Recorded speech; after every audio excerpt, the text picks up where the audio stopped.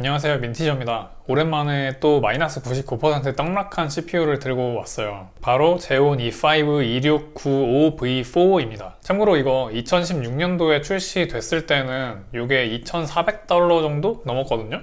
근데 지금은 알리익스프레스에서 단돈 $36예요. 제 채널을 좀 오래 보신 분들이라면 몇 번 보셨을 수도 있는데요. CPU 외형은 이렇게 생겼는데 실제 반도체 칩은 요 쇠 껍데기 요 내부에 들어있거든요. 참고로 요 쇠 껍데기 같은 거는 히트 스프레더라고 하는 거예요. 그래서 이 위에다가 이제 쿨러를 갖다가 장착을 해서 열을 요 칩 안에서 발생시키는 열을 빼내는 거죠. 그런데 이게 서버용 CPU라서 그런지 PC용 CPU랑 비교를 해보면은 사이즈가 엄청 차이가 나거든요. 이 왼쪽에 있는 게 이제 13900K, i9 13900K고 요 오른쪽에 있는 게 이제 E5 2695V4인데 딱 봐도 사이즈 차이가 엄청 나죠. 그리고 이 CPU 뒷면에 이렇게 접점이라고 해야 되는데 요 접점의 개수도 요 제온 쪽이 훨씬 더 많아요. 참고로 이 PC용 i9 13900K는 이 소켓 규격이 LGA 1700이라고 해가지고 요 접점 부분이 1700개인 건데 요 제온은 2016년도 물건인데도 접점 개수가 2011개예요. 참고로 2016년도에 요 PC 쪽 CPU 개수는 1151개였어요. 그러면은 요거 성능이 어떨까요? 그래서 비교적 최신 CPU인 라이젠 5 5600이랑 시네벤치를 같이 돌려봤습니다.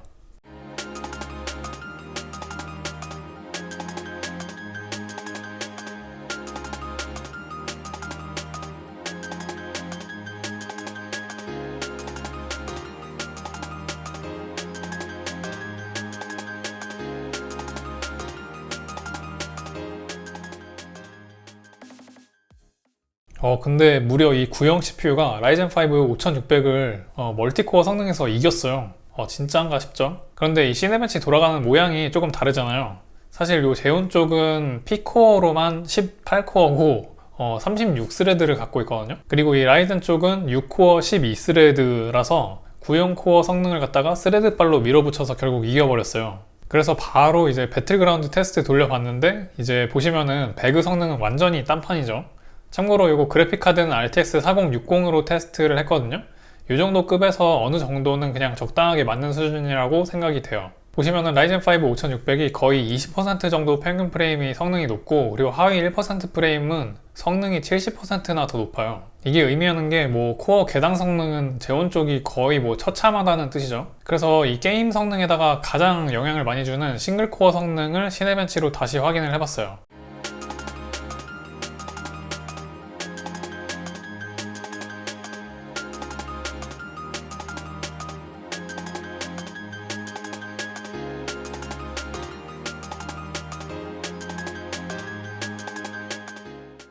그랬더니 제온 쪽은 684점이고 그리고 라이젠 5 5600 쪽은 1424점 나와가지고 싱글 성능은 2배 이상 차이가 나더라고요. 자, 그런데 만약에 멀티코어를 엄청 잘 쓰는 게임이 있다 라고 하면은 좀 괜찮을 수도 있잖아요. 그래서 사이버펑크도 테스트를 해봤거든요. 진짜로 차이가 배그보다는 훨씬 줄어들어가지고 이제는 평균 프레임 기준으로는 한 4% 정도밖에 차이가 안 나고요. 그리고 하위 1%는 거의 똑같은 수준까지 왔어요. 그런데 RTX 4060이 그렇게까지 성능이 높은 그래픽카드는 아니다 보니까 그래픽카드 성능 제한에 걸려가지고 조금 비슷하게 나왔을 수는 있어요. 그런데 그럼에도 이렇게 멀티코어를 많이 쓰는 이런 게임에서는 어느 정도 성능이 비슷하게 나올 수는 있다는 거죠. 그리고 보시면은 진짜 웃긴 게 이 온도가 37도? 한 요 정도 나오는데 이렇게 차가운 CPU는 제가 오랜만에 보는 것 같아요. 참고로 제가 오늘 사용한 쿨러가 130mm 투팬 공랭인 쿨러거든요. 이게 PC 쿨러의 G6라는 쿨러라서 이렇게 낮게 나오긴 한 것 같은데 그래도 5600이랑 비교해서도 거의 20도 정도가 낮은 것 같아요. 그리고 지금 보시면은 생각보다 전력 소모가 많지가 않잖아요. 5600이 한 60W 정도 먹을 때 제온 쪽은 한 70W 정도? 그 정도 먹는 것 같거든요. 지금 최신 CPU들 뭐 14600K, 14700K 뭐 요런 애들이 거의 막 300W씩 먹는데 제온보다도 걔네가 더 전기세 폭탄을 맞는 것 같은데 참고로 이 CPU 모델의 세대죠. 그 세대가 이제 브로드웰 아키텍처를 사용하는 그런 세대인데 그 브로드웰부터는 14나노미터 공정을 사용을 했어요. 물론 14나노미터 공정에서도 뭐 14나노 플러스 뭐 이렇게 계속 발전이 되긴 했지만 어쨌든 이 브로드웰부터 14나노 공정을 사용했기 때문에 그렇게 막 발열이 많거나 아니면 전력 소모가 크거나 이렇게 되지는 않는 것 같아요. 그런데 이 사이버펑크가 뭐 CPU 전력을 100% 사용하는 그런 게임은 아니다 보니까 다시 시네벤치로 와서 10분짜리를 돌리면서 전력 소모량을 비교해 봤거든요. 그랬더니 전력 소모량을 계속 봐도 110W를 넘지를 않는 것 같아요. 그러니까 CPU를 100%로 풀로 계속 가동을 해도 110W를 안 넘는다는 거죠. 근데 좀 이상한 점이 있는 게 이 CPU 인텔 공식 홈페이지에서도 TDP가 120W로 되어 있거든요.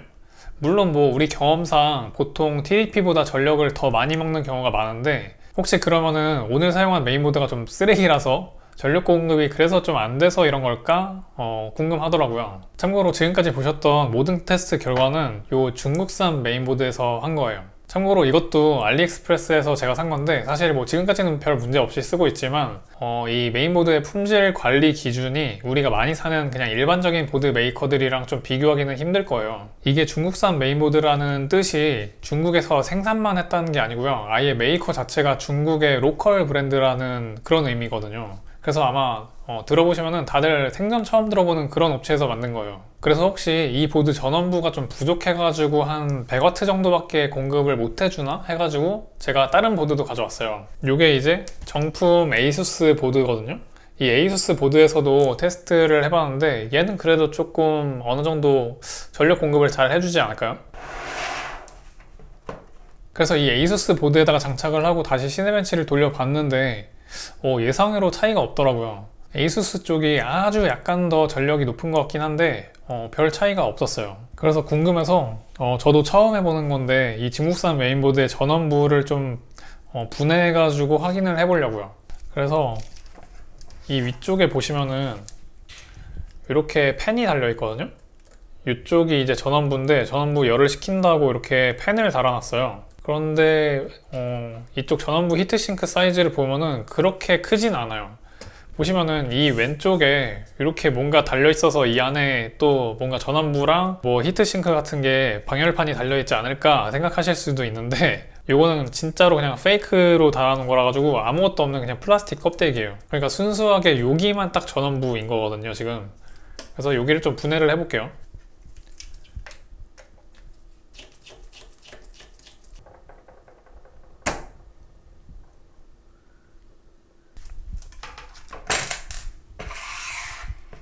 그래서 이렇게 방열판 쪽을 분해를 해봤는데요. 이쪽에 보시면은 이렇게 써멀 패드도 붙어 있긴 하더라고요. 그래서 전원부를 봤더니 초크 하나에 하이로 모스펫 하나씩 붙어 있고 위쪽에 드라이버가 있는데 완전히 싸구려 구성이죠. 그리고 페이지 컨트롤러는 딴 데 있나 봐요. 그리고 이쪽 제가 아까 전에 말씀드렸던 완전 페이크라고 했었던 부분도 그냥 분해를 같이 해볼게요. 이쪽이 IO 패널 있는 부분인데 이쪽을 갖다가 그냥 다 이제 페이크로 플라스틱 처리를 해놨어요. 그래서 이제 나사는 다 분리를 했고요. 그래서 보시면은 이렇게 분리를 했는데 진짜로 아무것도 없죠. 그냥 플라스틱 쪼가리예요. 그리고 이 플라스틱 쪼가리를 분해한 그 자리에는 역시 아무것도 없습니다. 이쪽 메모리로 들어가는 쪽에 이제 전원을 공급하는 그런 부품들 몇 개 빼고는 그냥 뭐 아무것도 없어요. 그래서 분해를 해서 이렇게 봤을 때 전원부가 뭔가 굉장히 부실하다라는 느낌이 드실 수도 있는데 근데 실제로 이 정도라면은 어느 정도는 공급을 해줄 수 있다고 저는 생각을 하거든요. 그래서 오늘 테스트한 CPU 말고 더 전기를 많이 먹는 CPU를 갖다가 끼워서 다시 돌려봤어요. 이 메인보드가 전력 공급을 못 해주는 건지 아니면은 이 CPU 자체에서 그 정도까지밖에 전기를 아예 안 먹는 건지 이거를 알고 싶었거든요. 그래서 이제 전력을 더 많이 먹는 E5-2696V3라는 CPU를 돌려보니까 요거는 이제 145W 정도까지는 공급을 해주더라고요. 참고로 이 CPU는 바로 이전 단계의 아키텍처 하스웰 2라는 거를 쓰고 있고 공정은 22나노미터를 사용하고 있어요. 제 생각에는 이 E5-2696V4는 클럭 제한이 딱 걸려가지고 그 이상으로는 아예 못 돌아가는 것처럼 보이더라고요. 그래서 뭔가 뭐 메인보드가 잘못하는 것 같지는 않다 하는 생각이 들었습니다.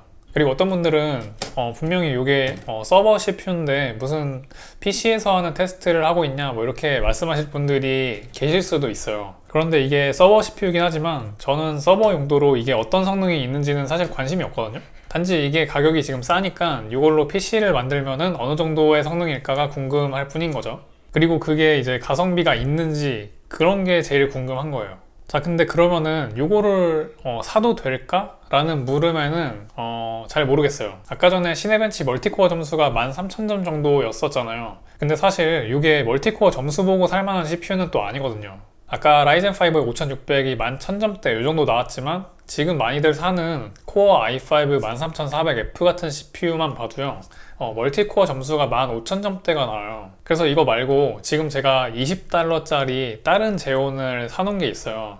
이게 제온 E5 1660V3라는 건데 요거는 오버클럭도 가능한 8코어 CPU라서 얘는 어느 정도 괜찮을 수도 있어요. 최근에 뭐 인텔이고 AMD고 하도 뭐 온도가 높다 보니까 오버클럭을 할 수 있는 CPU를 사도 거의 오버클럭을 못하는 게 당연하게 됐거든요. 그런데 이런 구형 CPU들은 오버클럭을 하는 대로 성능이 어느 정도 올라가니까 하는 맛이 있고, 그리고 또 온도도 수랭 3열 같은 거를 단다면은 꽤 잘 잡을 수도 있으니까 저도 나름 기대를 하고 있습니다. 그래서 오늘의 결론은 벌써 내일 출근이네.